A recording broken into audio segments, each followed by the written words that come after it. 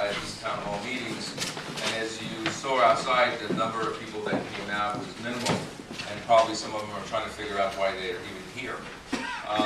But that's the nature of the course of conduct that they do, and in Albany it becomes even louder, and some of them want to get arrested. And this is all because, of course, is that the rent stabilization laws are going to expire on June 15th, and I'll give you a little bit of background as to why this is happening. For those of you who don't know who I am, I'm Joe Strasberg. I'm the president of the Rent Stabilization Association. And because of all the things that are happening in Albany, I'm going to be leaving here at 7:30 to deal with other issues as it affects our industry. But I trust all the other individuals who are here from our organization will be here to speak and to answer any questions that some of you have, whether it's specific in nature or general in nature.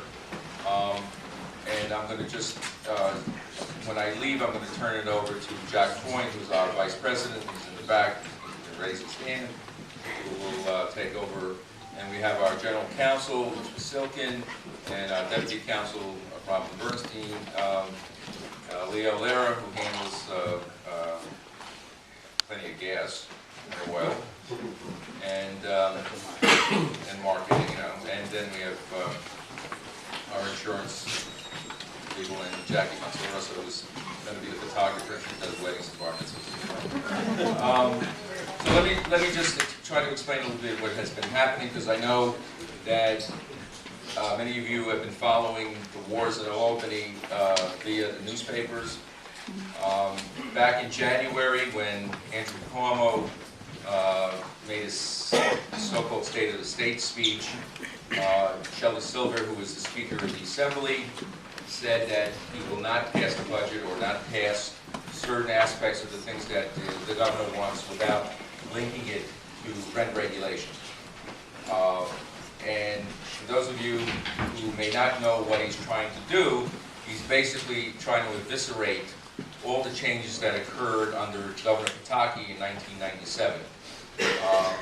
For example, upon vacancy, you can go up to 20%, as you well know. Under MCIs, so what they want to do on vacancies, they want to cut it from 20 to 10%. On the issue of major capital improvements, they want to make it temporary, not to be part of the base rent. And on the turnovers, well, for 1/40th, they want to basically delay your ability to do those investments. On the issue of decontrolled, which right now, as you know, is $2,000. Now, my position back in 1997, because people felt, many of you, that I can't collect $2,000. What kind of crazy number is that? But now we're in 2011, and it so happens in all the bars that we go to, many of the owners are actually, even though they can collect that amount of money, and you wind up giving a preferential rent, the legal rent has actually gone over the $2,000. And what does that give you? The ability, when you have a problem tenant, to say, I'm not renewing you, you're gone. Which actually, for the first time, you're actually controlling your own property. Unlike them controlling you, they're controlling your property.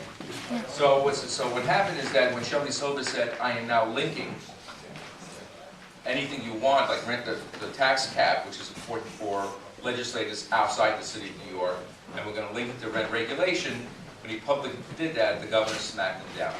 The reason he smacked him down is that he's the new sheriff in town, and he's not going to allow people to dictate what the rules of engagement are going to be for the next 4 years.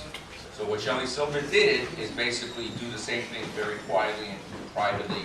And in the negotiations on the budget, he's made it very clear that the governor's not going to get certain things unless he gets rent regulation.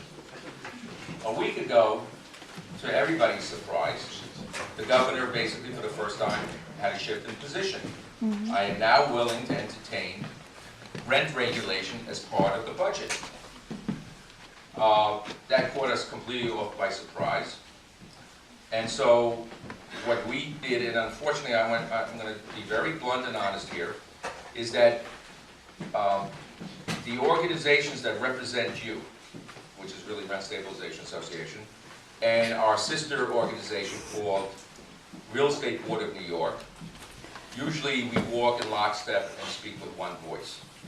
Unfortunately, the Real Estate Board of New York is more interested in development than they are in residential. And so they sent a signal, and it actually was in the newspaper this last Monday, the Wall Street Journal, where they indicated that they were willing to negotiate on rent stabilization. And this is probably done in concert with the governor's office. And this is where your support on our PAC money came in handy. Because many of you, regardless of your political affiliations, whether you're Democrat, Republican, Independent, we took a very strong position last year to support the Republicans in order to get them back into power. Because we had this so-called experiment of 2 years from Senate Democrats who attempted to really hurt this industry. And now, for the first time, we now have a 32-30 majority of Republicans to Democrats. It's kind of tricky because all you need is one individual to say no, and then you don't have the votes. But so far, they basically have been voting cohesively as one voice. So in the last 48 hours, RSA, and we're not ashamed of it, we gave and donated and supported all the Republicans, and we basically emptied our piggy bank in order to make sure that they recaptured the Senate. And Dean Skelos, who understands how important you are as an industry, and it's it's selfish, but he understands clearly that if he doesn't hurt us or he tries to avoid hurting us, we will be there for him next time around, and next time around is 2 years from now, and you need resources in order to achieve and maintain being in power. He has consistently, in the last 72 hours, has made it clear to the governor that I will not entertain any discussions whatsoever on rent control. In response to that, the governor yesterday basically said, I don't think it's going to work. I don't think I'm going to be able to make that part of the budget process. But the governor at the same time said, even though we're going to try to deal with it outside the budget process, he for the first time says, not only do I want to extend rent stabilization, I want to make changes without articulating what those changes are going to be. So when a reporter specifically asked him, what are you talking about? He says, that's up to negotiations. Now, the school that we all come from is when you're negotiating with someone, it's a give and take kind of a situation. You want us to give something up? What are you going to give us in return? Unfortunately, this governor has a different definition of negotiations. And if any of you know the history of the Cuomo family, it's either my way or I'm going to screw you. So that is why the Republican Senate majority becomes even more critical for this industry, because they are the last barrier for disaster in terms of all the things that we had successfully achieved over the many years.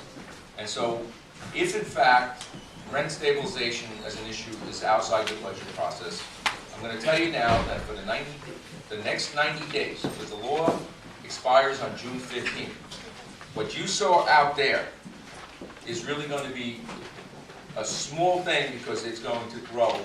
And as we go into every other borough, it's going to continue to grow, and it's going to get, at some level, they're going to start demonstrating in front of the governor's office, and it's going to get very, very heated. And as long as the Senate holds true, and I'm not saying there's no guarantees, because let me be very clear, what's the most important thing for all legislators coming up this year? Redistricting. Redistricting. This is the year after the census where you go and you have to draw new lines based on the population shifts. And the most important thing is for the Senate Republicans to be able to control redistricting in order to preserve what they have and even to grow. And the problem is going to be, is none of us knows, is this governor prepared to use that club over their heads and tell them that unless you play ball with me, I'm going to legislate you out of existence. And that's an unknown, and I don't know whether the governor's going to do it or not. I'm just speculating. The fact is that the governor is an 800-pound gorilla, and he has a lot of power. And so the next 90 days are going to be a great amount of uncertainty.